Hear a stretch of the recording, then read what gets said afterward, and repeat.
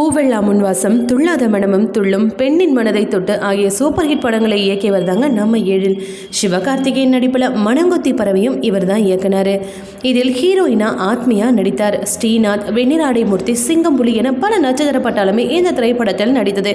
இந்த படம் கடந்த 2012 வெளியாகி கலவையான விமர்சனங்களை பெற்றது. கேரளாவை சேர்ந்த நடிகை ஆத்மியா 2009 வெள்ளத்தூவல் படம் மூலம் அறிமுகமானார். அதன் பிறகு மனம் கொத்தி பறவை, பூங்கொடி நீங்களும் உங்க காதலும், அமீபா, காவியன், வெள்ளையானை உள்ளிட்ட படங்களில் நடித்ததன் மூலம் ரசிகர்களின் மனதை கவர்ந்தார். தமிழ், மலையாளம் உள்ளிட்ட பல மொழிகளில் நடித்த இவர் கடந்த 2021 கண்ணூரில் சனூப் கே நம்பியாரை திருமணம் செய்து கொண்டார். திருமணத்திற்கு பின் எந்த படத்திலும் கமிட் ஆகாமல் சினிமாவை விட்டு விலகியிருந்தார் ஆத்மிகா.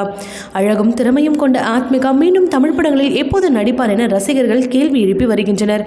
இந்த நிலையில் இவருடைய லேட்டஸ்ட் போட்டோஷூட் தற்பொழுது வைரலாகி வருகிறது. இந்த புகைப்படத்தை பார்த்த ரசிகர்கள் அனைவரும் ஆச்சரியத்தில் உள்ளனர். இது போன்ற சினிமா மற்றும் சீரியல் தொடர்பான செய்திகளை காண சினி டைம்ஸ் சேனலை மறக்காம சப்ஸ்கிரைப் பண்ணுங்க.